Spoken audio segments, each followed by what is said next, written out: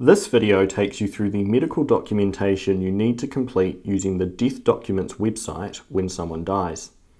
Medical practitioners and nurse practitioners can use this website to complete the Medical Certificate of Cause of Death, HP 4720, and cremation forms B and AB. Select the Login button to begin. You'll need a RealMe account to use the platform. Enter your username and password and select Login. If you don't have a RealMe account, you can create one now by selecting Create Your RealMe Login.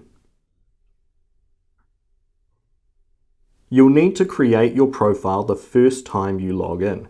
Enter your HPI CPN and your full name as they appear on your practicing certificate.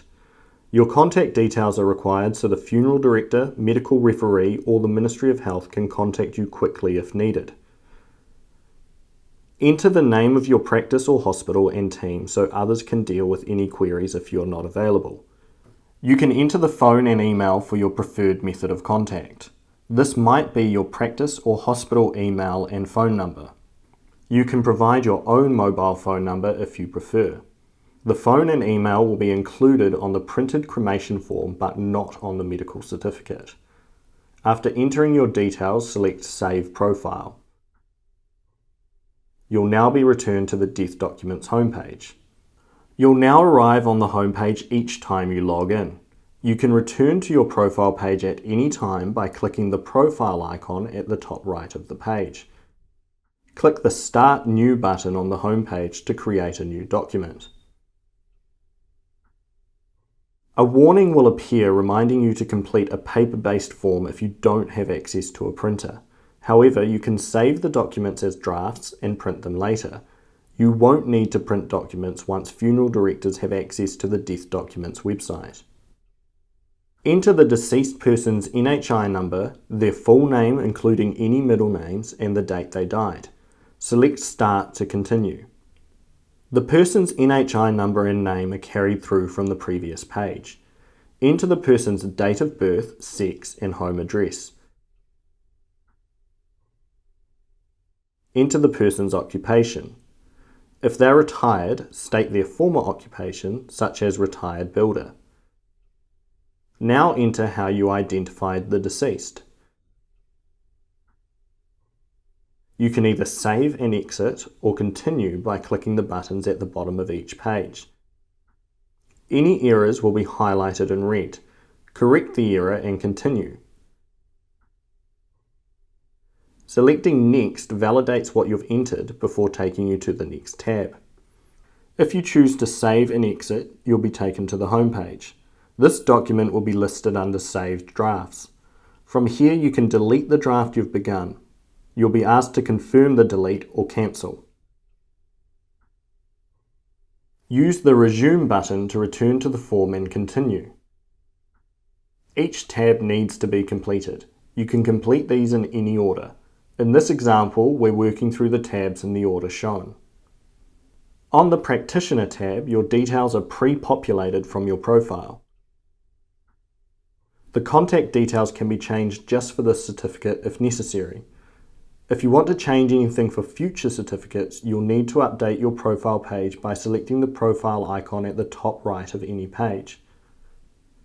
Select Next to go to the Cause of Death tab. Under the Cause of Death tab in Part 1, enter the person's cause of death and the circumstances which led to their death. These need to be entered in chronological order. Avoid using abbreviations for any medical terms. In Part 2, enter Other Significant Conditions. There's extra help available on the Ministry of Health website for completing the cause of death. There's a link to this on the Death Documents homepage. Sometimes you'll be asked additional questions based on the person's death. For example, if your answers are based on statements made by others, then another question will appear asking you to also enter their name and relationship to the deceased. Select Next to go to the Details of Death tab. If you attended the deceased during their final illness, select Yes and enter the date you last saw the deceased alive. Complete the declarations stating whether the person died of natural consequences or due to an accident caused by infirmities attributable to the deceased person's age. If you did not attend the person during their final illness, select No. You'll be shown an additional set of questions. Tick the boxes that best describe why you are completing these documents. Continue to complete the details of death questions. Questions relating to pregnancy will only appear if the deceased is female. If the deceased died in their home, you can use this button to copy the home address you entered earlier.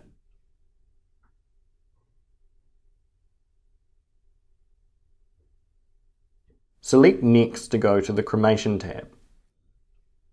If the deceased person is going to be cremated, select Yes and complete the additional questions.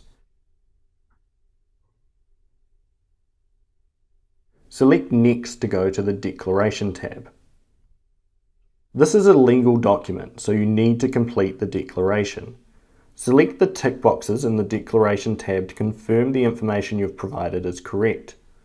When completing the biomedical aids declaration, if the body doesn't contain any pacemakers or other biomechanical aids, select the first option. If there was a device present and you've removed it, select the second option and note down what the device was. If there is still a device present in the body that needs to be removed, select the third option and enter what the device is.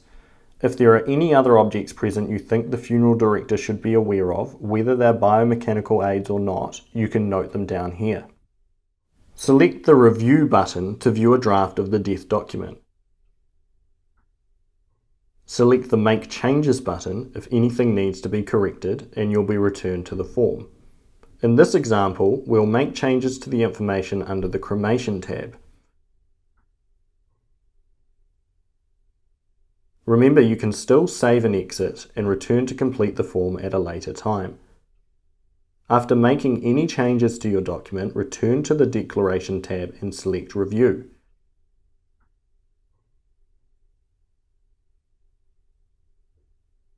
Check the draft document to make sure the changes have saved. When you're satisfied the information is complete and correct, select the Confirm and Print button. The completed document has now been sent to the Ministry of Health. Use the Print button to print the document for the funeral director. The printed dialog box will appear. This may look different to what's displayed here depending on your web browser. Please sign the printed certificate and give it to the funeral director or other person in charge of the deceased person's body without delay. You'll see the document in the completed documents list when you exit.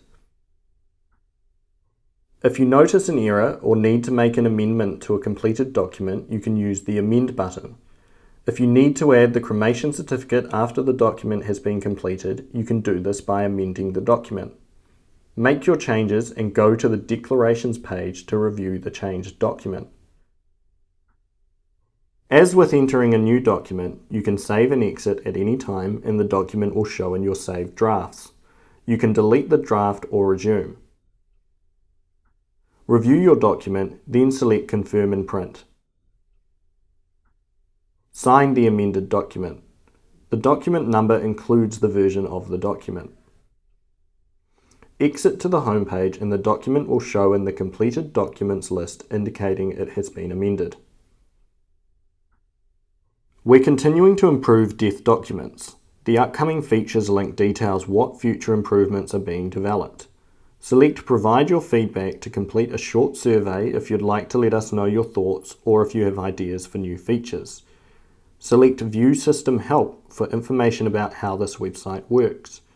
Select View Clinical Help to go to the Ministry of Health website for more guidance on filling in the form. The Completing the Form and Examples pages provide guidance for particular parts of the medical certificate of cause of death. Once you've finished, select the Log Out button in the top right corner.